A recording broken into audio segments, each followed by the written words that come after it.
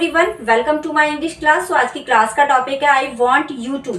अब आप ये सोच रहे होंगे आई वांट के साथ यूट्यूब कैसे, अब हम इसका यूज कैसे करते हैं। चलिए आज की क्लास में हम यही जानेंगे। तो हम इसका यूज करते हैं जब हम चाहते हैं कि कोई और कुछ करे।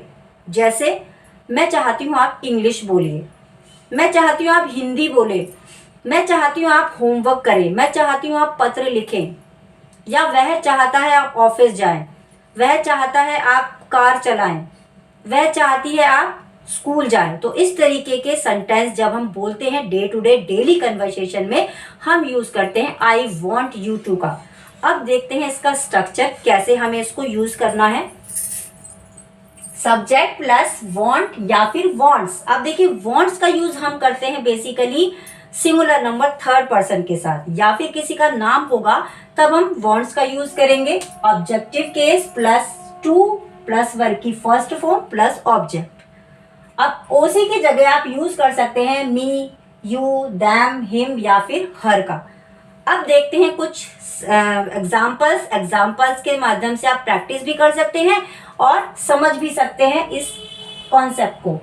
मैं चाहती हूं कि आप इंग्लिश बोले। अब देखिए यहाँ पर ये कहा जा रहा है कि कोई कुछ करे।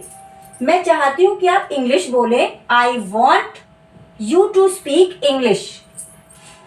वह चाहती है कि आप ऑफिस जाएं। She wants you to go to office. मैं चाहती हूं आप रोज क्लास अटेंड करें। I want you to attend the class daily. हमें यूज करना है ये तब हम चाहें कि कोई और कुछ करे, उस केस में हम यूज करते हैं आई वॉन्ट यू टू का। आगे बढ़ते हैं दोस्तों, दूसरा टॉपिक है हमारा I want OC two plus verb B plus verb की थर्ड फॉर्म।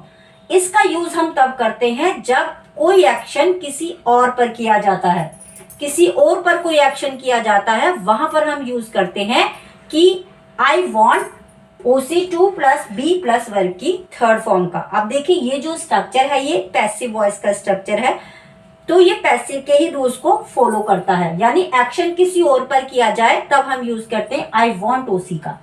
मैं चाहती हूं आपको बुलाया जाए। I want you to be called. यहां पर थर्ड फॉर्म हम यूज करेंगे। वह चाहती है मुझे पढ़ाया जाए। She wants me to be taught. पापा चाहते हैं मुझे बुलाया जाए। पापा wants me to